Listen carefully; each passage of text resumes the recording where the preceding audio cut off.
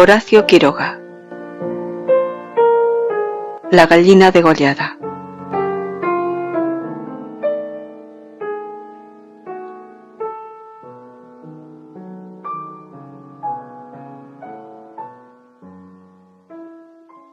Todo el día, sentados en el patio, en un banco, estaban los 4 hijos idiotas del matrimonio Mazzini-Ferraz. Tenían la lengua entre los labios, los ojos estúpidos y volvían la cabeza con la boca abierta. El patio era de tierra, cerrado al oeste por un cerco de ladrillos. El banco quedaba paralelo a él, a 5 metros, y allí se mantenían inmóviles, fijos los ojos en los ladrillos. Como el sol se ocultaba tras el cerro al declinar, los idiotas tenían fiesta. La luz enceguecedora llamaba su atención al principio. Poco a poco sus ojos se animaban. Se reían al fin estrepitosamente, congestionados por la misma hilaridad ansiosa, mirando el sol con alegría bestial, como si fuera comida. Otras veces, alineados en el banco, zumbaban horas enteras imitando al tranvía eléctrico. Los ruidos fuertes sacudían a sí mismos su inercia y corrían entonces, mordiéndose la lengua y mugiendo alrededor del patio. Pero casi siempre estaban apagados en un sombrío letargo de idiotismo y pasaban todo el día sentados en su banco, con las piernas colgantes y quietas, empapando de glutinosa saliva el pantalón. El mayor tenía 12 años y el menor 9. En todo su aspecto sucio y desvalido se notaba la falta absoluta de un poco de cuidado maternal. Esos 4 idiotas, sin embargo, habían sido un día el encanto de sus padres. A los 3 meses de casados, Mazzini y Berta orientaron su estrecho amor de marido y mujer y marido hacia un porvenir mucho más vital: un hijo.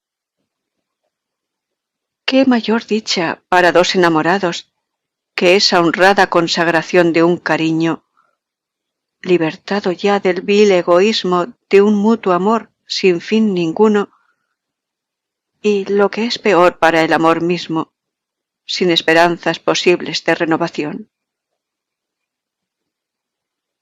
Así lo sintieron Mazzini y Berta, y cuando el hijo llegó a los 14 meses de matrimonio, creyeron cumplida su felicidad.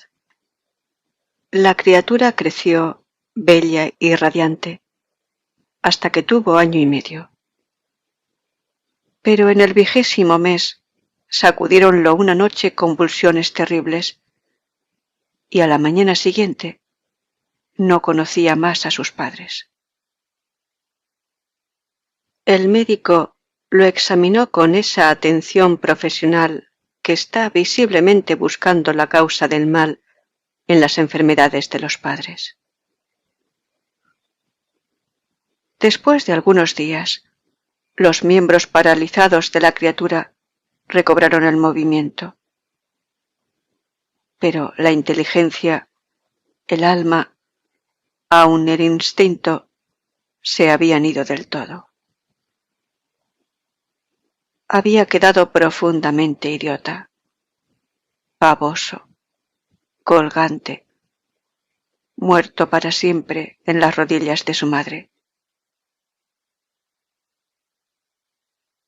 Hijo, mi hijo querido, sollozaba ésta sobre aquella espantosa ruina de su primogénito. El padre, desolado, acompañó al médico afuera. A usted se le puede decir. Creo que es un caso perdido. Podrá mejorar, educarse en todo lo que permita su idiotismo, pero no más allá. Sí, sí, asentía Mazzini. Pero dígame, ¿usted cree que es herencia? Que, en cuanto a la herencia paterna, ya le dije lo que creí cuando vi a su hijo. Respecto a la madre, hay allí un pulmón que no sopla bien. No veo nada más, pero hay un soplo un poco rudo. Hágala mirar bien. Con el alma destrozada de remordimiento, Mazzini redobló su amor a su hijo, el pequeño idiota que pagaba los excesos del abuelo. Tuvo asimismo que consolar, sostener sin tregua a Berta, herida en lo más profundo por aquel fracaso de su joven maternidad. Como es natural, el matrimonio puso todo su amor en la esperanza de otro hijo.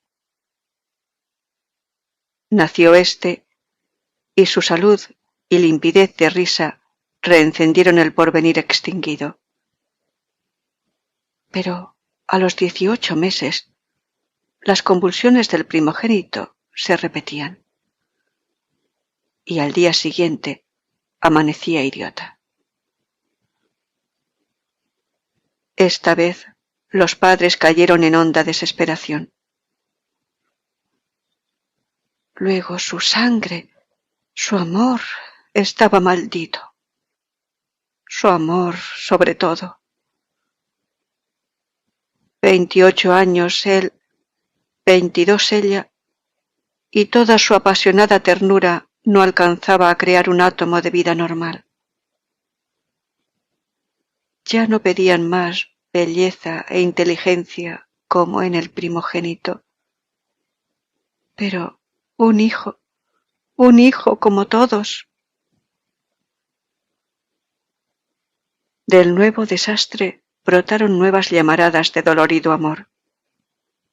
Un loco anhelo de redimir de una vez para siempre la santidad de su ternura.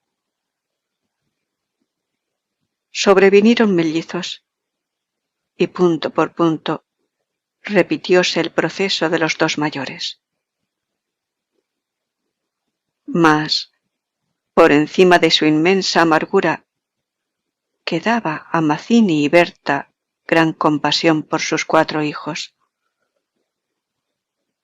Hubo que arrancar del limbo de la más honda animalidad no ya sus almas, sino el instinto mismo abolido. No sabían deglutir, cambiar de sitio, ni aun sentarse. Aprendieron al fin a caminar, pero chocaban contra todo por no darse cuenta de los obstáculos. Cuando los lavaban, mugían hasta inyectarse de sangre el rostro.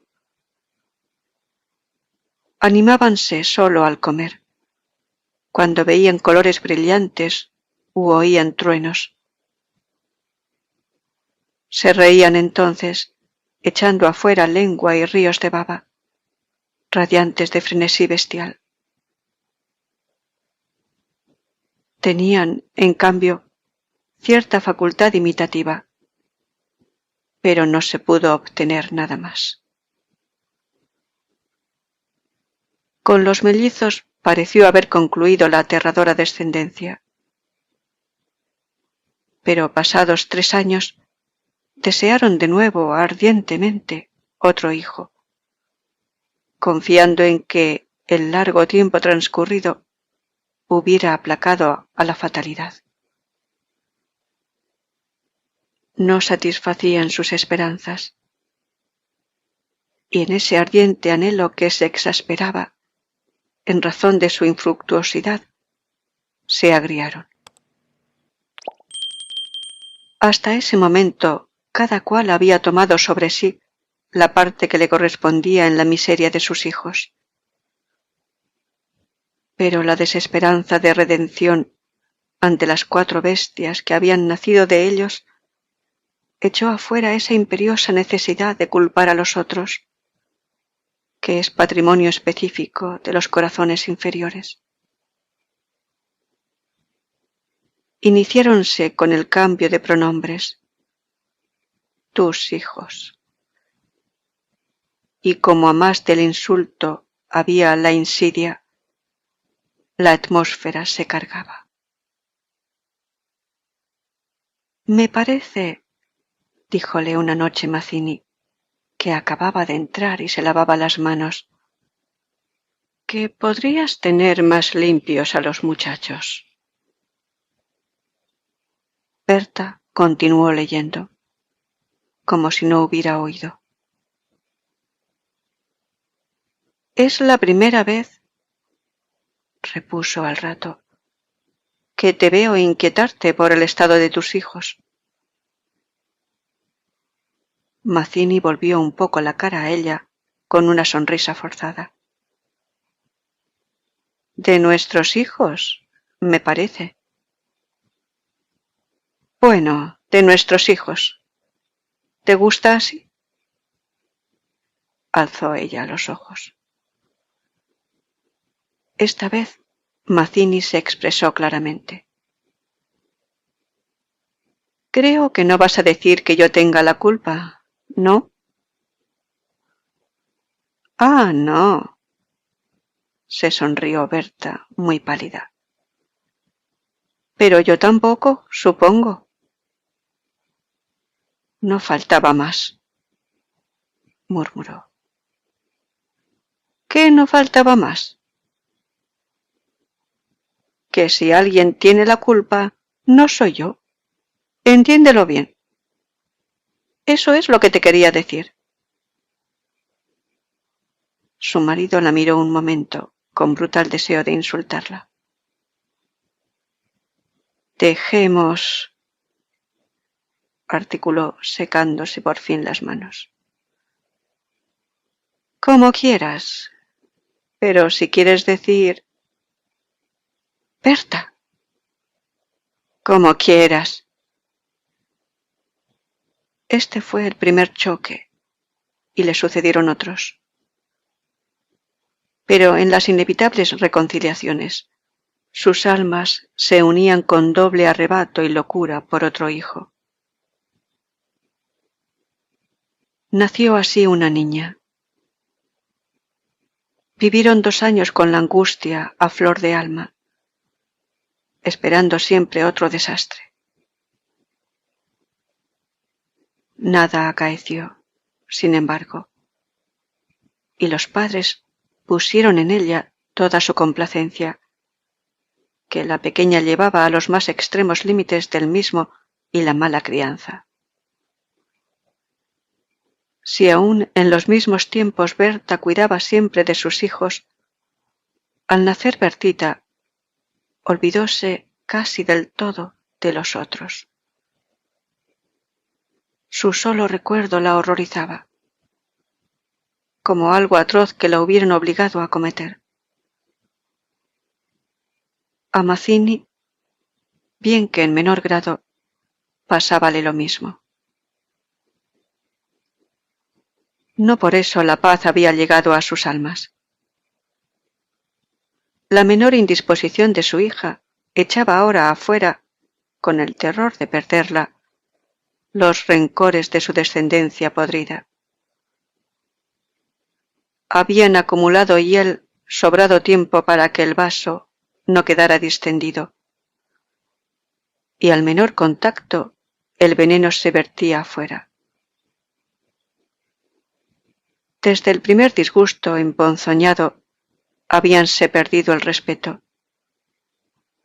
Y si hay algo a que el hombre se siente arrastrado con cruel fricción, es, cuando ya se comenzó, a humillar del todo a una persona. Antes se contenían aún por la común falta de éxito. Ahora que éste había llegado, cada cual, atribuyéndolo a sí mismo, sentía mayor la infamia de los 4 engendros que el otro habíale forzado a crear. Con estos sentimientos, no hubo ya para los 4 hijos mayores afecto posible. La sirvienta los vestía, les daba de comer, los acostaba con visible brutalidad.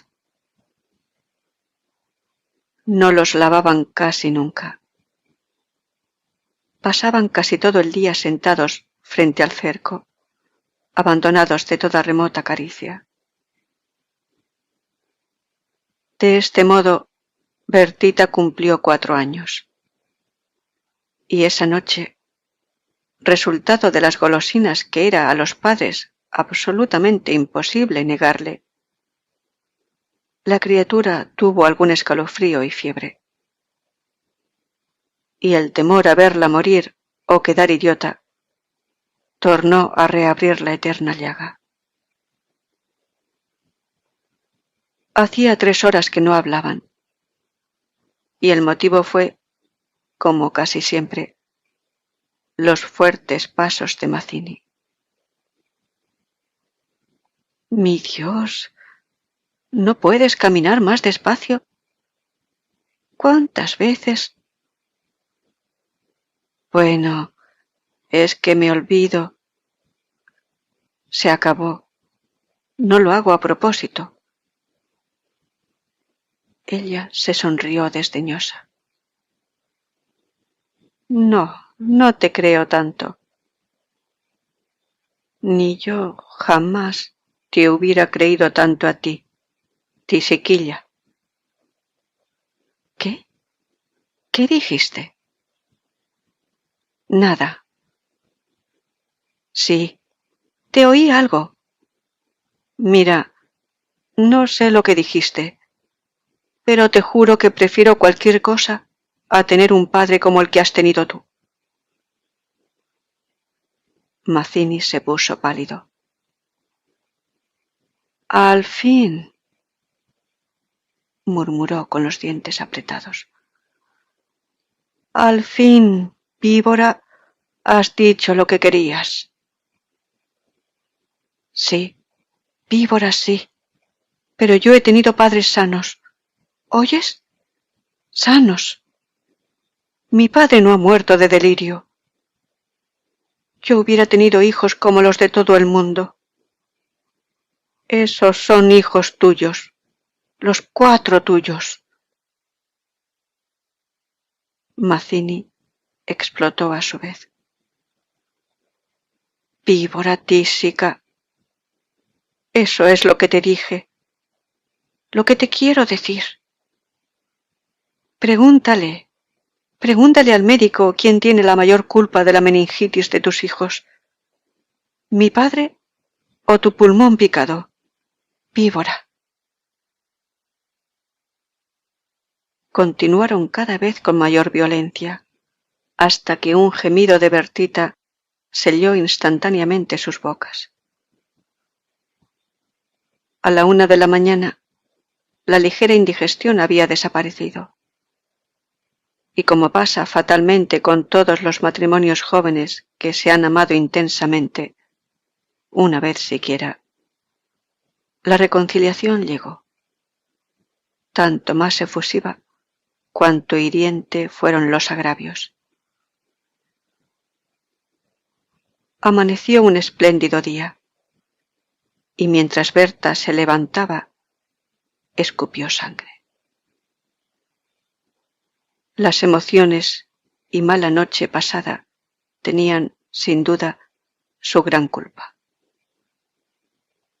Mazzini la retuvo abrazada largo rato, y ella lloró desesperadamente, pero sin que ninguno se atreviera a decir una palabra.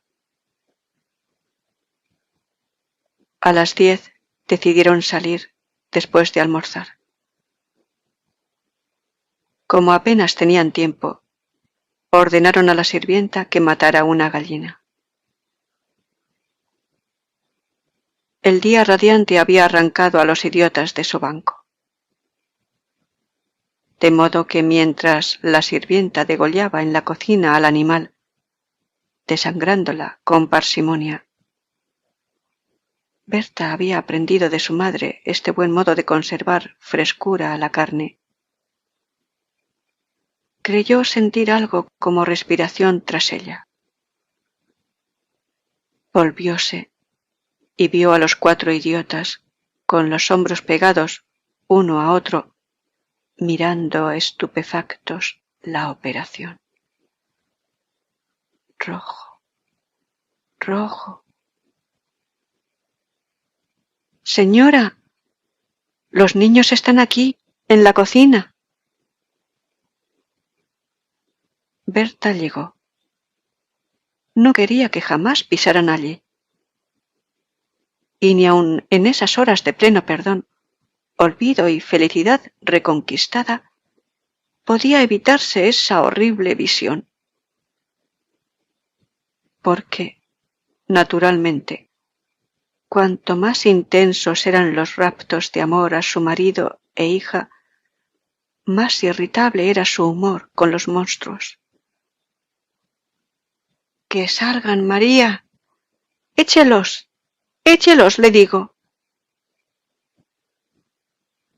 Las 4 pobres bestias, sacudidas, brutalmente empujadas, fueron a dar a su banco. Después de almorzar, salieron todos. La sirvienta fue a Buenos Aires y el matrimonio a pasear por las quintas. Al bajar el sol volvieron, pero Berta quiso saludar un momento a sus vecinas de enfrente. Su hija escapóse enseguida a casa. Entretanto, los idiotas no se habían movido en todo el día de su banco. El sol había transpuesto ya el cerco. Comenzaba a hundirse, y ellos continuaban mirando los ladrillos, más inertes que nunca. De pronto, algo se interpuso entre su mirada y el cerco. Su hermana, cansada de 5 horas paternales, quería observar por su cuenta. Detenida al pie del cerco, miraba pensativa la cresta. Quería trepar. Eso no ofrecía duda. Al fin, decidióse por una silla desfondada, pero faltaba aún. Recurrió entonces a un cajón de querosene, y su instinto topográfico hízole colocar vertical el mueble, con lo cual triunfó.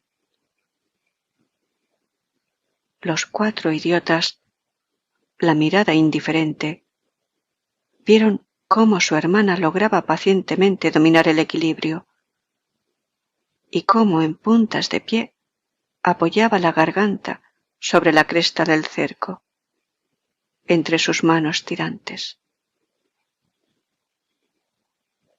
Viéronla mirar a todos lados y buscar apoyo con el pie para alzarse más. Pero la mirada de los idiotas se había animado. Una misma luz insistente estaba fija en sus pupilas.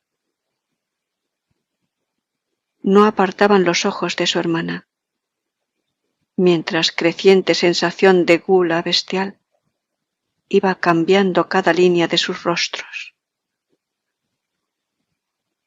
Lentamente avanzaron hacia el cerco. La pequeña, que habiendo logrado calzar el pie, iba ya a montar a horcajadas y a caerse del otro lado, seguramente, sintióse cogida de la pierna. Debajo de ella, los 8 ojos clavados en los suyos le dieron miedo. «Soltame, déjame», gritó sacudiendo la pierna. Pero fue atraída. ¡Mamá! ¡Ay, mamá! ¡Mamá! ¡Papá! Lloró imperiosamente. Trató aún de sujetarse del borde, pero sintióse arrancada y cayó. ¡Mamá! ¡Ay, ma! No pudo gritar más. Uno de ellos le apretó el cuello, apartando los bucles como si fueran plumas, y los otros la arrastraron de una sola pierna hasta la cocina, donde esa mañana se había desangrado a la gallina, bien sujeta, arrancándole la vida segundo por segundo. Mazzini, en la casa de enfrente, creyó oír la voz de su hija. «Me parece que te llama», le dijo a Berta. Prestaron oído, inquietos, pero no oyeron más. Con todo, un momento después se despidieron, y mientras Berta iba a dejar su sombrero, Mazzini avanzó en el patio. «¡Bertita!». Nadie respondió. «¡Bertita!».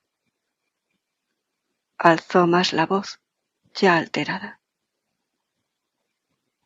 Y el silencio fue tan fúnebre para su corazón, siempre aterrado, que la espalda se le heló de horrible presentimiento. «¡Mi hija! ¡Mi hija!». Corrió ya desesperado hacia el fondo, pero al pasar frente a la cocina vio en el piso un mar de sangre. Empujó violentamente la puerta entornada y lanzó un grito de horror. Berta, que ya se había lanzado corriendo a su vez al oír el angustioso llamado del padre, oyó el grito y respondió con otro. Pero al precipitarse en la cocina, Mazzini, lívido como la muerte, se interpuso conteniéndola. «No entres, no entres». Berta alcanzó a ver el piso inundado de sangre. Solo pudo echar sus brazos sobre la cabeza y hundirse a lo largo de él con un ronco suspiro.